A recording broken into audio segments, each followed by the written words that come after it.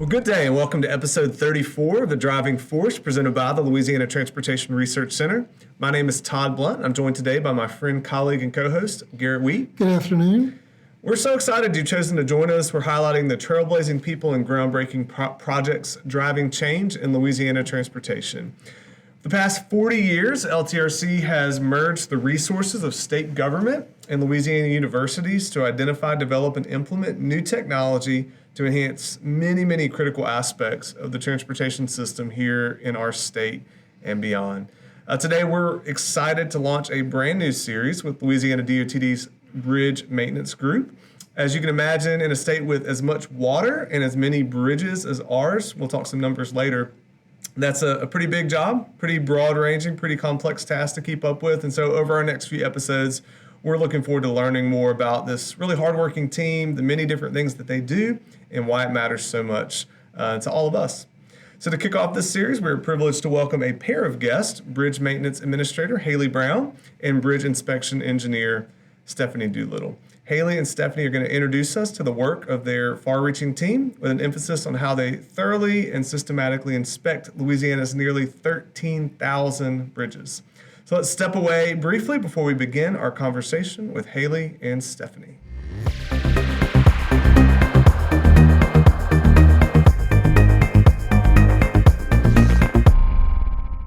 Welcome back to The Driving Force. We are grateful to have DOTD Bridge Maintenance Administrator Haylye Brown and Bridge Inspection Engineer Stephanie Doolittle joining us today as we dive into the great work their team is doing across our state.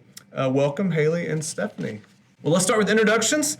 Why don't each of you take a moment to tell our listeners a little bit about yourselves, where you're from, what's your education and career background, and how did you come to be where you are at DOTD today? My name is Haylye Brown. I am the Bridge Maintenance Administrator. We lovingly work in a section called 51, but the nickname is Area 51. Okay. Because bridges are a complex thing, but they're a lot of fun. I started in bridge maintenance 17 years ago in inspection and managing underwater contracts. We do inspect bridges, all the parts that are underwater. And I graduated from LSU in civil engineering in 2007, and I grew up in Zachary, and I am a Zachary High alum, and I was a Bronco Belle at one point. Awesome. Okay, hi, I'm Stephanie Doolittle. I'm from Addis, graduate of Bruley High School, went to LSU, got my master's in civil/structural engineering while I was working at DOTD. So I started at DOTD in like 2003, so 23 years, started in bridge design, load rating section.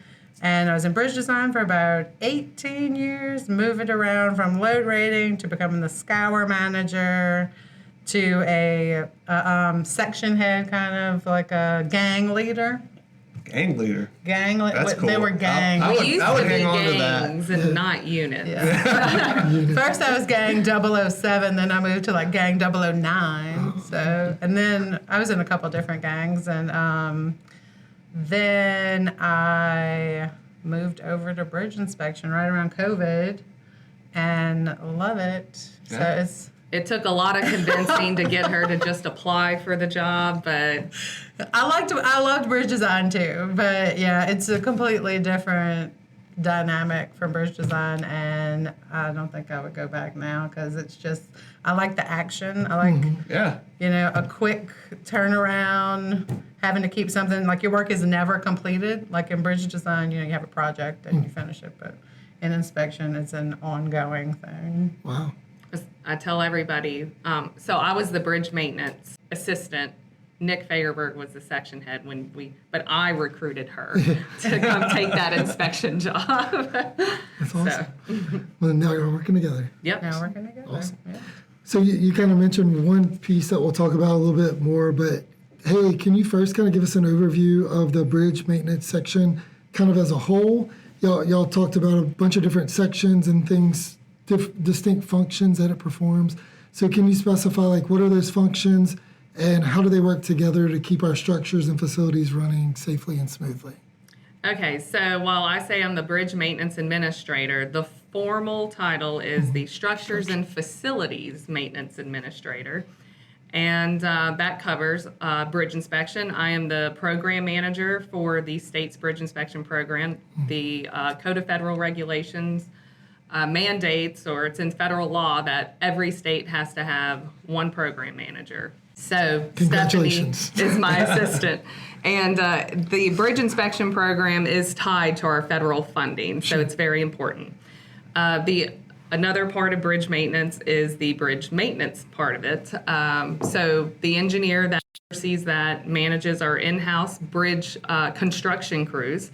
DOTD does build bridges. We build precast concrete spans. Stay tuned for the next episode on that. We have a water crew, so I have a boat captain. I have a towboat, 2 barges, one that carries the crane, one that has all of our material, and we make way across up and down the Intracoastal Waterway to repair fender systems and movable bridges. And then with that, I have Bradley, the assistant bridge maintenance engineer, and his assistant, and they help with design, repair details for the districts. Okay. So then there's the movable bridge and facilities maintenance engineer, Jason. He has a couple of special funding groups that can only be used for electrical and mechanical. So he uses that for movable bridges, tunnel systems, and pump stations. And then there's facilities. DOTD has to maintain all DOTD-owned buildings. We're the only state agency that doesn't go through Office of State Buildings. So that's a challenge because nobody wants to give up money from road and bridges to provide the facilities. More on that later. And then there's the load rating group. Load rating and bridge inspection go hand in hand. What they do is they analyze bridges to determine the appropriate loading they can safely withstand the capacity. So if you see a posted bridge, you'll see truck silhouettes. It'll say 10, 15. How much weight? That means like your garbage truck or your concrete truck can't be more than 10 tons, and the 18-wheeler can't be more than 15 tons. Squatty trucks are heavier than spread out. Yeah, so if that makes sense. More on that on another episode. And Ryan Duon, that's the special one. That's the statewide roadside coordinator. He's part of the facility groups, but he's interesting because he's the herbicide expert for the state. Oh, wow. So you guys really do have a broad range of responsibilities. What's some examples of the facilities?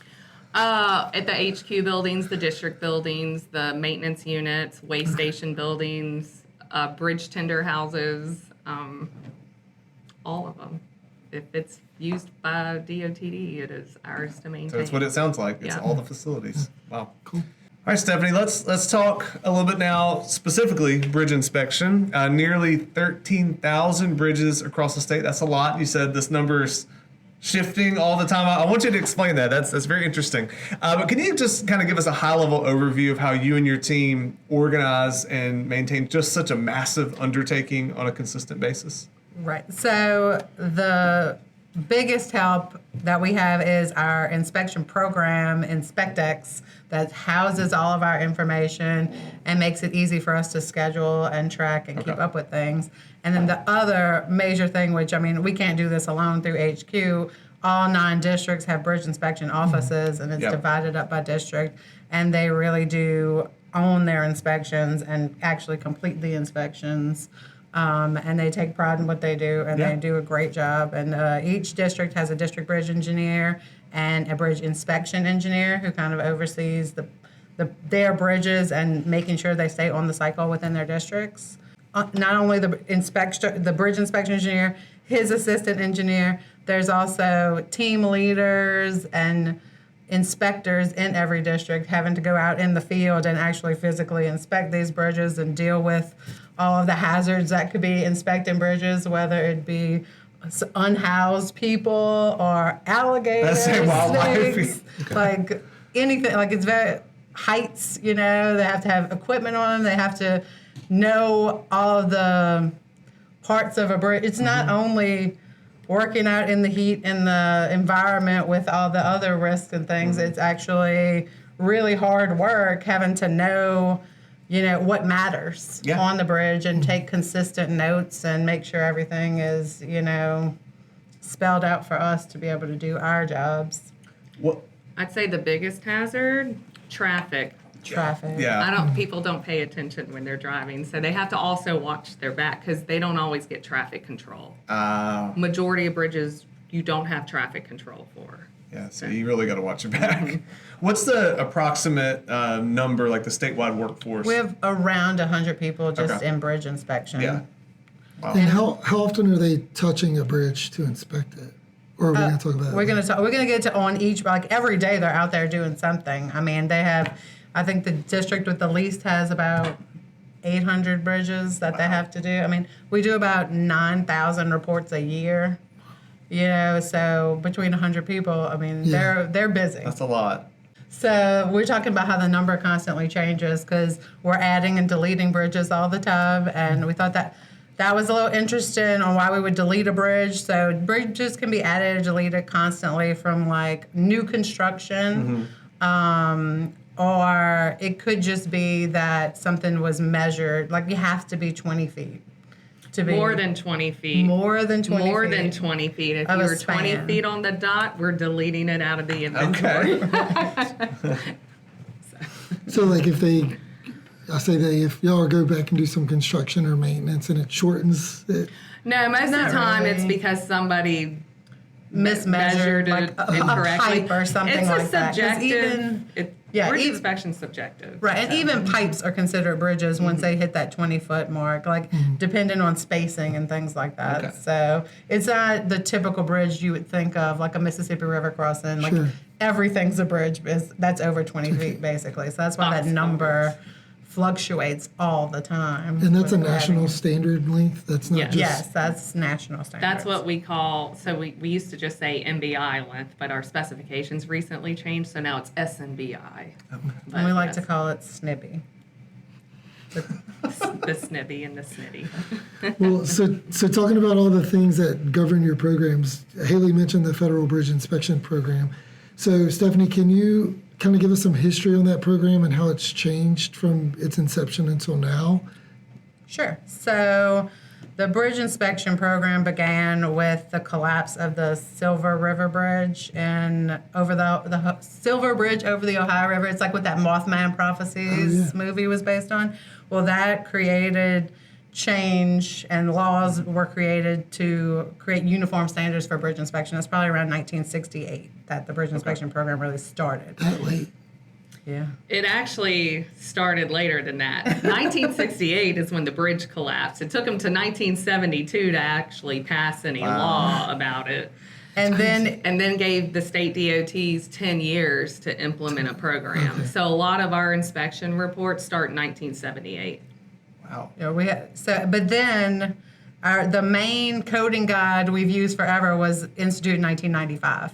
So the real coding guide that everyone's been using that really coded things consistently throughout the entire country was developed to around 1995. And we've been using that since 1995 until 2022. They just put out a brand new coding guide. It took that long. Which is what we call the SNIBI. Well, I say it took that long.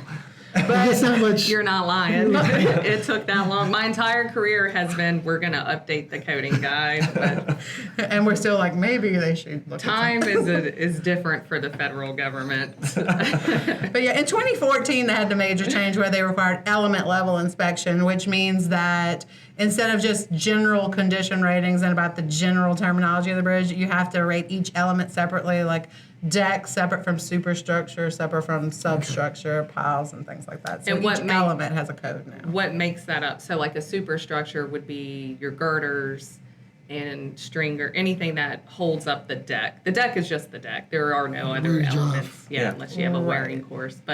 And then the substructure, everything that makes up what The holds up cap, the superstructure. and then the piles, and then anything. And else. then Okay. also what's underground. But But if Louisiana, you can't see it, then you don't identify it as an element. Oh, Because they have to be able to actually fit visual. Visually, visually yeah. inspect. Yeah. but Louisiana was always kind of a front runner. Go figure. People are surprised by that. But we were doing element inspections in 2007 when they weren't required, and we were doing them on state-owned bridges and locally owned bridges. So when the federal government mandated that everybody switch to the National Bridge Element Inspection in 2015, other than the measurement scale change, we were already used to doing it. Okay. But there were some states that were like Texas. Everybody compares us to Texas, so I like to say, well, we were ahead of Texas. I like that. Well, Stephanie, take us through and I know that this is a big question to ask in this format, but give us a high-level view of a typical bridge inspection. Like, what types of factors are your inspectors evaluating, and how does the approach vary between different types of bridges around the state? Okay. Well, one other thing I wanted to say on the sure. last part was with the federal inspection program being updated with the new coding guide in 2022, they also updated the CFR. So we do have to follow the code of federal regulations, and we have like a law that governs bridge inspection. There's 23 metrics we have to meet, and they review this on a yearly basis, and we have to submit our federal tape every year to FHWA for review. And so that was also updated as part of the new coding guide. And it has criteria for frequencies of inspections and things like that. So the most you'll go without touching a bridge is every 24 months. That's not true. Well, I know, I wasn't going to say that. All right, it's not true. The most you can go is every 48 months. It changed. It did change in the code. The most you can go is every 48 months. And to be able to go for every 48 months, there's like a 15-point checklist Yes. that you have to meet. So it basically you have to have, we require that has to be a concrete bridge. No steel bridges are going to 48. And then it has to be in good condition, which is all of the condition ratings have to be above 6.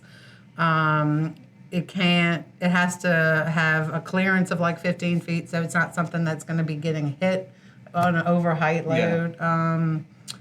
There's No posting. no posting, of No load course. posting, Yeah, no it can't be. It has to be over 1 for the legal load limit or whatever. So these are going to be your larger, more sustainable bridges. Oh, it doesn't. It doesn't have anything to do with the length of the bridge. It's really just like a concrete bridge in The good type of condition, bridge. like a pre-stressed girder bridge, a slab span bridge, Yeah. a con box, something like So that. our longer bridges, the basin, for instance, the majority of that bridge could be put on a 48-month Right. because it's in good condition and based on the structure type. Gotcha.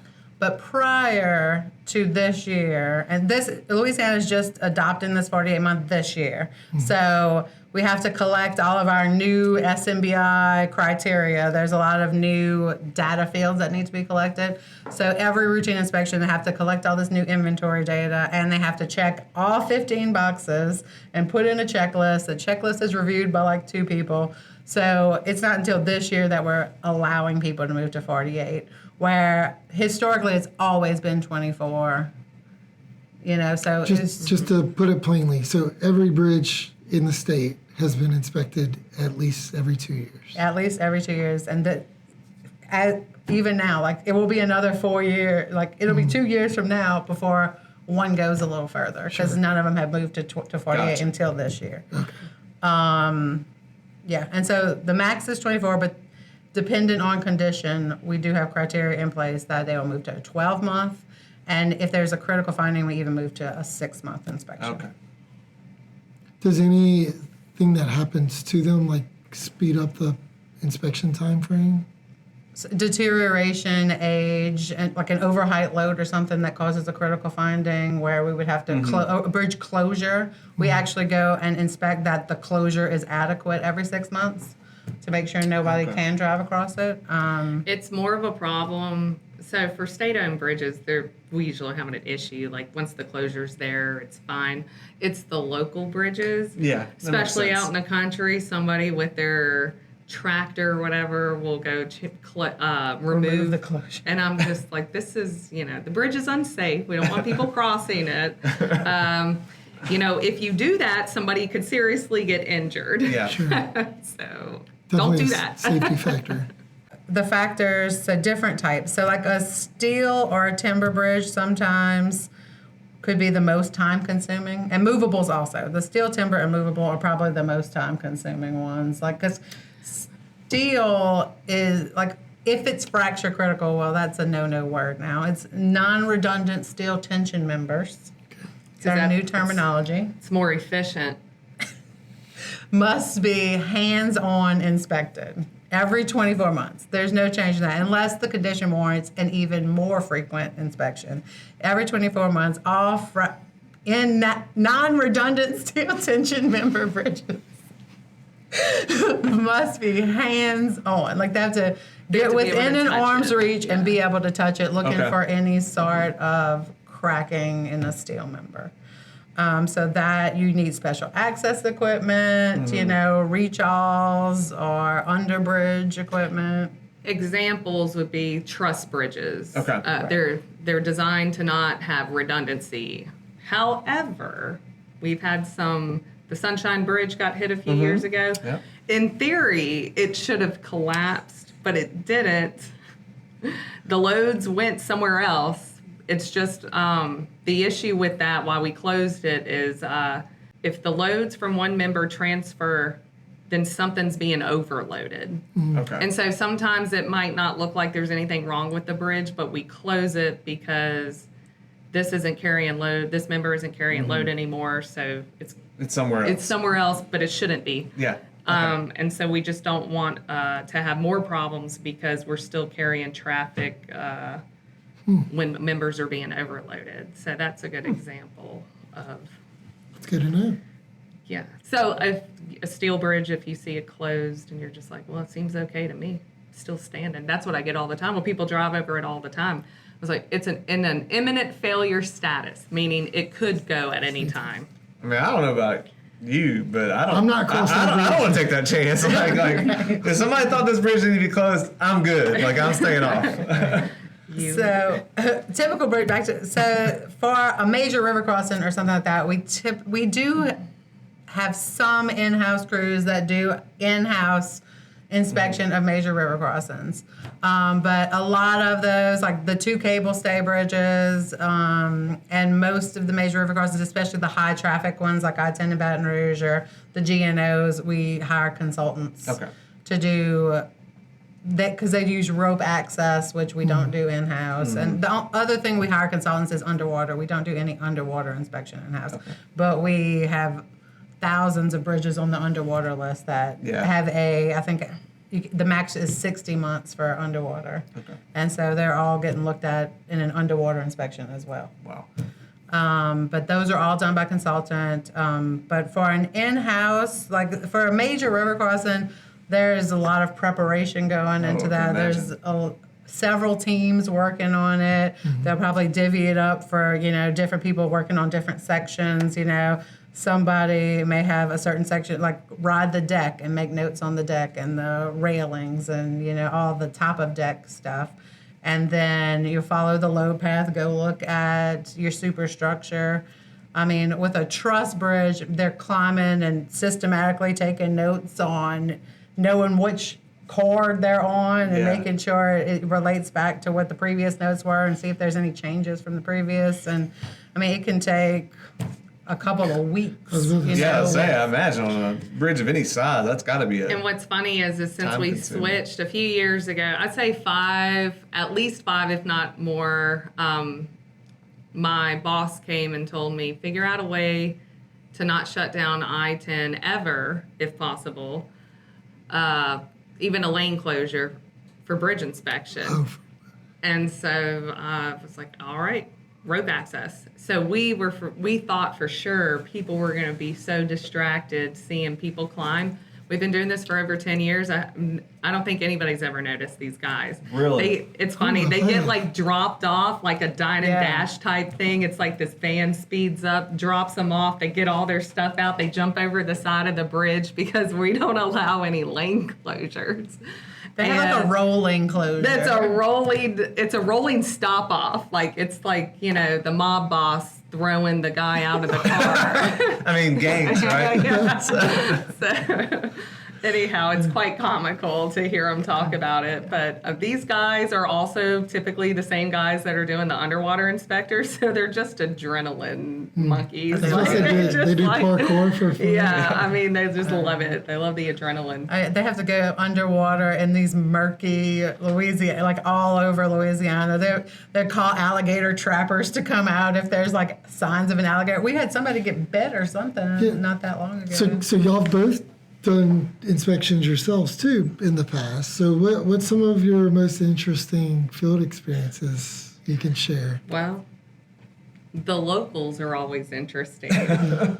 I can't remember if it was Jean Lafitte or Lafitte, but it was literally, I told y'all this, it was like in the morning, and one of the local gentlemen who was, drunk, hungover, one of the two, wanted to know if I was married. And like, no, sir. Well, actually, I think I told him yes, but then somehow from way across the bridge, he was like, I don't see a ring. So anyhow, Keith Ante, if y'all don't know him, he was the inspector I was doing the inspection with, and he finally was like, all right, give us some room. But there's a bridge in Vermilion Parish. It was a timber bridge. It's a parish-owned bridge, and I think every snake in that parish must hang out at that bridge. It was a mass Good to know. of water snakes just left the bridge down the waterway, and when we walked under it, it was just snake skin everywhere. Like, you'd have to spread it like a curtain. So I was like, I'll write the notes, you just yell up. Because timber bridges, you have to sound them to find out if there's any hollow sections, and then you drill in to find out in the member. So it's not a visual inspection. It's a physical inspection. And so they take a while, and I was like, I can't go under there. It's so unnatural. They don't have legs. Yeah, agree. When I was in the scour manager, I was scour manager after the 2016 flood, so we did a lot of going in the field, dropping a tape to try to get the stream bed profiles. You need to explain that. So every routine inspection, we also do this. If a bridge is over water, you have to inspect the deck, but as you're on the deck, you drop a tape off the side, like a weighted tape, to hit the bottom of the a measuring ground tape. line. Right, a measuring tape. You can read from, the rail or whatever, see how deep the water is when you hit the ground line, the mud line. It's to really see if your mud line has changed. And so we had one in that 2016 flood in Tangipahoa that, it had changed by 15 feet. You could see there was a pipe that had been buried under the ground before, that was just floating on top. Like, there was very little pile left in that ground, in the ground for that. But there was a few that we went to, and we got in the boat, and we were like rod sounding. And I went to get in the boat, and my feet just went. And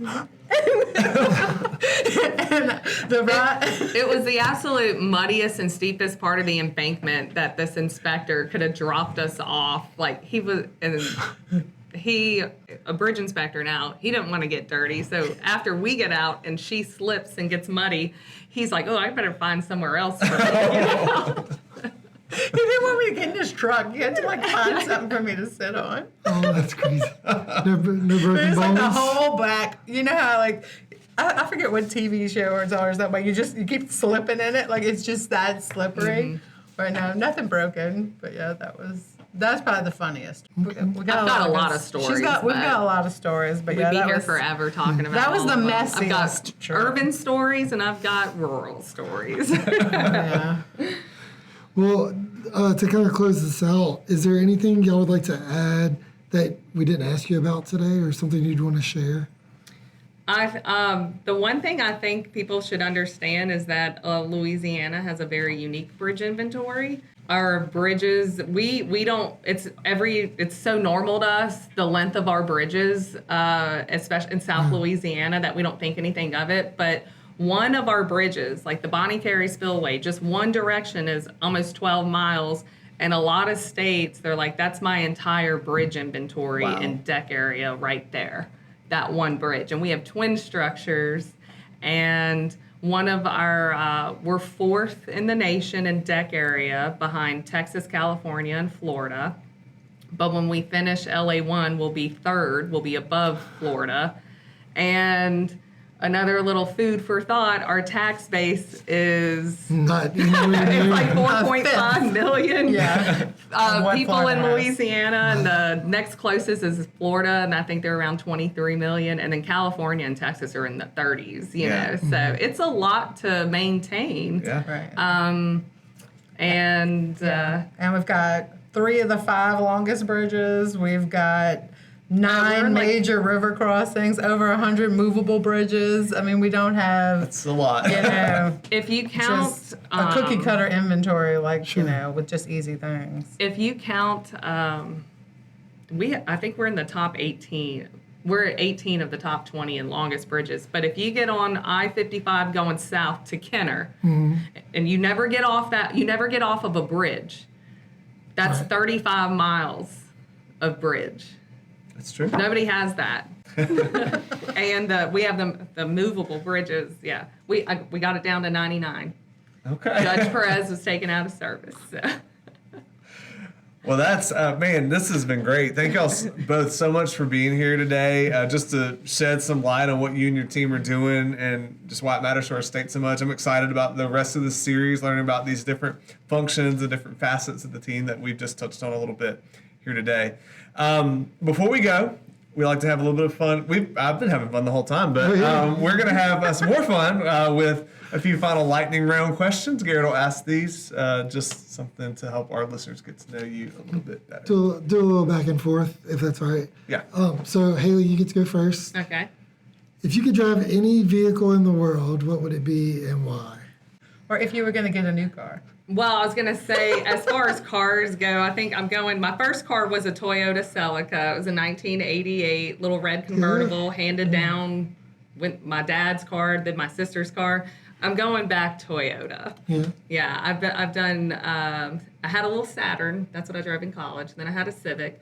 Then I had a VW Golf. They were all very fun vehicles, but yeah, I'm going back to Toyota. Well, that sounds like It's the fun too. maintenance. I'm a maintenance engineer. I'm like lecturing these guys in the shop at these car dealerships. Like, this is just y'all knew this was going to be a maintenance nightmare. And so, anyhow, that's going back to Toyota. That's funny. All right, Stephanie, where can we get the best Tex-Mex in Baton Rouge? Oh, And as a man. follow-up, what's your non-complicated order? My non-complicated. I'm going to go to Superior, and I'm going to go during happy hour, and I'm going to have a margarita, and I'm going to get the Pollo Tapado. But I don't know if I say it right. I don't know. You live in Texas. All Yeah. But it's so good. Tex-Mex is my favorite. right, Haylye, this is for you, but Stephanie might want to chime in because we understand there's like this king cake battle. Okay, so I'll tell you how this got started. Yeah, And how- it's how not did it get really a started? battle. So I went I guess it was the 2025 Mardi Gras season. I went to go buy king cake, and I was like, I am not paying $25 for this. This is insane. This is bread. This is bread with sugar on it and cinnamon in the dough. I'm not doing that. So I have a bunch of old recipe books. I'm an estate sale freak, and I just grab things and I flip through them. So for every week during that Mardi Gras season, I would try a new king cake recipe. And then I don't know why, but Stephanie and one of our other coworkers started to. We were going on tour. They were going to the districts and they wanted to That's bring what we king call it cakes. when we go to. We're going on tour to all the districts, but it was Mardi Gras season, so we're like, we should bring them all a king cake. Rather That than would be buy one, nice. you're going to bring them one, yeah.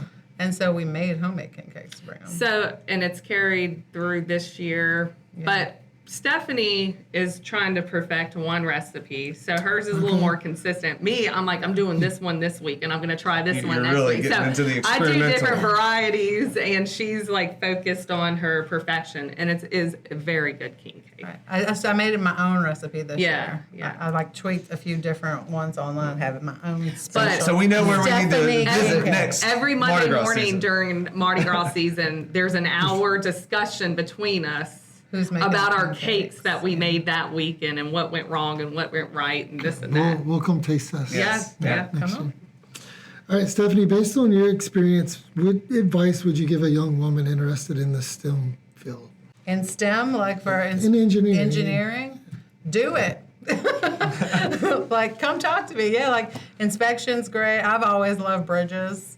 So I was valedictorian, so I was just good at Who school. didn't take typing, by the way? She never learned to type. I was just good at school, just astounded but by this. math and science, like if it comes easy to you, absolutely you should pursue a field like this. And if you like to get dirty and be outside, you can come help me with bridge inspection. Yeah. But if you're more of a behind the desk person, I mean, there's like data management stuff with all of these bridges that we have to, keep consistent, make sure we run error checks, we make sure everybody's doing. That's what our job at HQ and the QA part is just making sure all of our metrics are met, and we're like the liaison between the districts and the whole, and overseeing the whole program and submitting it to FHWA. But yeah, every step of the way, bridge design, bridge inspection, it's all been a fun time in my over 20 years with the department. Awesome. Never a dull moment. Doesn't sound like it. Yeah. If it's not something going on with the bridge, there's something with the facility that's going on. We can't wait to hear all about it. Well, thank y'all again for being here and for everything you share with us today. We look forward to diving into many of the other aspects of what this section, or I'm going to call it a gang now, what all these gangs do over our next few episodes. Let's take a quick break before we return to wrap up today's episode.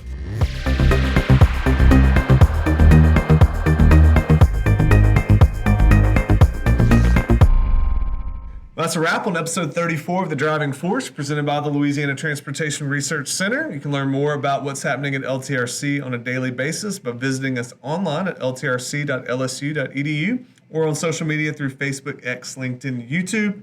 We encourage you to like, follow, and subscribe to our channels on each of these platforms. And if you want to learn more about what Haylye and Stephanie have shared with us today, we encourage you to visit the bridge maintenance page on the DOTD website as well. We will provide a link to it in today's show notes. On our next episode, we'll continue this series by shifting our focus to structural bridge maintenance. What happens when the inspectors find something that needs to be addressed? Until then, we are your hosts, Garrett Wheat and Todd Blunt, and we thank you so much again for joining us today. Drive safely out there.